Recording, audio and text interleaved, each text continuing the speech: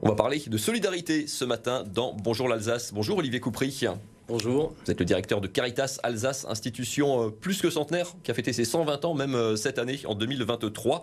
On va faire un point surtout, vous faites un point chaque année sur la pauvreté en Alsace. Avec vos propres chiffres, vous allez voir les personnes que vous aidez pour savoir à quel âge elles ont, à quelle situation sociale elles appartiennent, quelles sont leurs principales difficultés. Vous en publiez un rapport vraiment annuel qui fait référence, on peut le dire, un petit peu dans le milieu. Quel est l'état de cette pauvreté en Alsace? Ce sont les chiffres alors, sur 2022. Cette pauvreté, sans grande surprise, malheureusement, elle continue de gagner du terrain. La première tendance, elle est là. Elle continue de gagner du terrain, hein, comme je vous l'avais dit l'année dernière à la même époque. Alors c'est difficile d'avoir des chiffres exacts sur la pauvreté, seul l'INSEE maîtrise ces statistiques-là, mais ce qu'on peut dire, ce qu'on constate, c'est une hausse de la fréquentation entre 2021 et 2022 de 20%, donc ce qui est énorme, et on sait déjà qu'en 2023, depuis le début de l'année, la tendance est aussi à l'augmentation, on est à 10%, donc il y a vraiment un afflux quand même très important, comme le constatent les autres associations. L'autre grande tendance de cette année donc 2022, mais qui semble aussi se confirmer, c'est que les femmes sont davantage touchées. En tout cas, c'est chez elles que la pauvreté augmente le plus. Quand la situation se dégrade, c'est elles qui en sont les premières victimes. Oui, alors je dirais que ce n'est pas une tendance de l'année, c'est une tendance plus longue, oui. C'est une tendance sur 30 ans. J'ai un chiffre, donc 60% des femmes, 60% des adultes qui viennent nous voir sont des femmes. En 2022, elles n'étaient que 50% il y a 30 ans. Donc on a vraiment cette féminisation de la pauvreté, si on peut donner ce vilain terme. Mais il y a un autre chiffre qui est important, c'est que le premier type de ménage que nous rencontrons sont des mamans isolées. Ça, c'est aussi une tendance lourde ou c'est un phénomène qui s'amplifie? Non, ça c'est un phénomène plus récent. Aujourd'hui, on est à plus du quart de ces ménages-là qui viennent nous rencontrer. Quelles sont les principales causes de la dégradation de la pauvreté? Alors vous avez évidemment des profils très différents, mais est-ce qu'il y a quand même des traits un petit peu saillants? Alors les causes de la pauvreté, elles sont multiples. Il n'y a pas deux histoires identiques, mais très souvent il y a une séparation, une perte d'emploi, un accident de la vie. Et après, les gens peuvent tomber dans la pauvreté. Ce qui est un peu nouveau, c'est qu'on peut tomber dans la pauvreté alors qu'on a un emploi et du jour au lendemain, on est dans la classe moyenne et on se retrouve en précarité.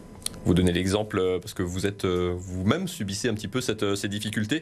Votre épicerie solidaire de Molsheim, notamment sur la période entre 2022 et 2023, les dépenses de l'épicerie, ça c'est des chiffres vraiment actuels, pour l'achat des denrées alimentaires que vous proposez sont passées de 12 400 € à 21 000 €. Ça fait quasiment 70% d'augmentation. Vous êtes quelque part, vous subissez, comme tout le monde, comme les gens que vous aidez, vous subissez la même inflation. Alors effectivement, on a en fait le double effet, l'effet d'une demande en forte augmentation. Là, vous citez le cas des demandes alimentaires, mais c'est vrai aussi pour les aides financières. Et puis l'autre effet, c'est l'effet des propres charges sur nos associations, qui était souligné par le président des Restos du Cœur il y a quelques semaines. On a exactement les mêmes effets.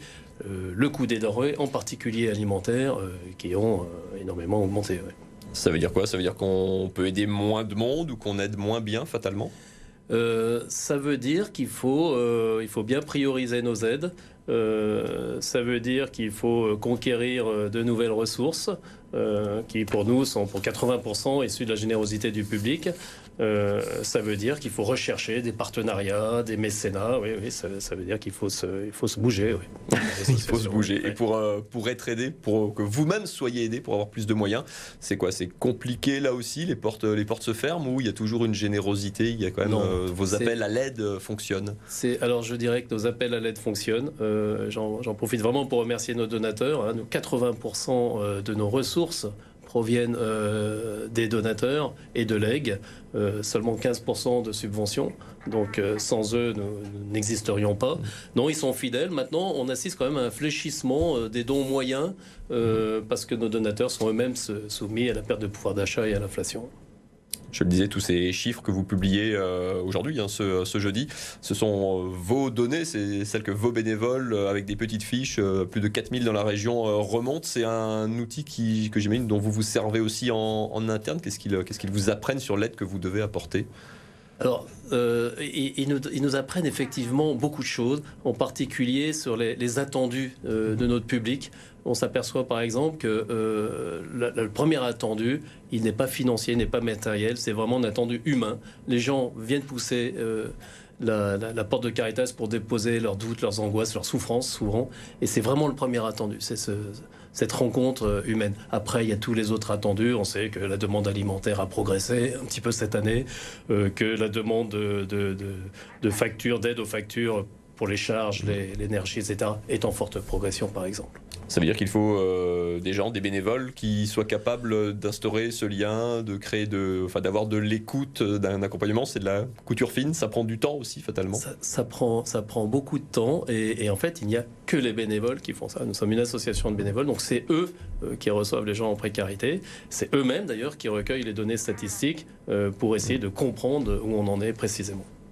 J'ai l'impression que chaque année, quand on vous reçoit, vous ou vos collègues, c'est de plus en plus compliqué. On garde l'optimisme, la foi dans ce genre de situation, quand on voit on a l'impression que le bateau s'enfonce tout doucement. Oui, le bateau s'enfonce, mais curieusement, quand on va dans une permanence d'accueil de Caritas, on y trouve beaucoup de joie et souvent de l'espérance. Donc il y a beaucoup d'humanité. Donc c'est ça qui fait tenir, je crois.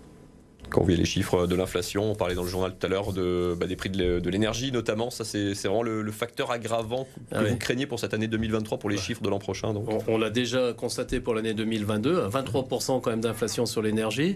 Donc la quasi-totalité des demandes d'aide financière, c'est pour payer des rappels de charges d'électricité par exemple, ou alors pour payer des pleins d'essence pour les personnes qui ne peuvent plus se déplacer. Donc on est vraiment là sur quelque chose de très très précis et d'une demande très forte. Pour terminer, ce regard sur la pauvreté, vous avez l'impression qu'il évolue parce que les gens se sentent plus en danger, plus concernés, ou il y a toujours un petit peu cette cassure entre ceux qui vont bien, entre guillemets, et qui regardent ça avec un petit peu de méfiance et de distance? Je pense qu'il évolue parce qu'aujourd'hui, je crois qu'on se rend compte qu'on peut être dans la classe moyenne et basculer assez soudainement dans cette précarité. Eh bien, merci beaucoup, Olivier Coupry, directeur de Caritas Alsace, pour nous avoir éclairé un petit peu sur ces chiffres 2023, sur les données donc 2022. Et on rappelle bien sûr qu'on peut aider toujours Caritas bénévolement ou avec des dons auprès de votre association. Merci beaucoup d'avoir été l'invité de ce Bonjour l'Alsace. Merci.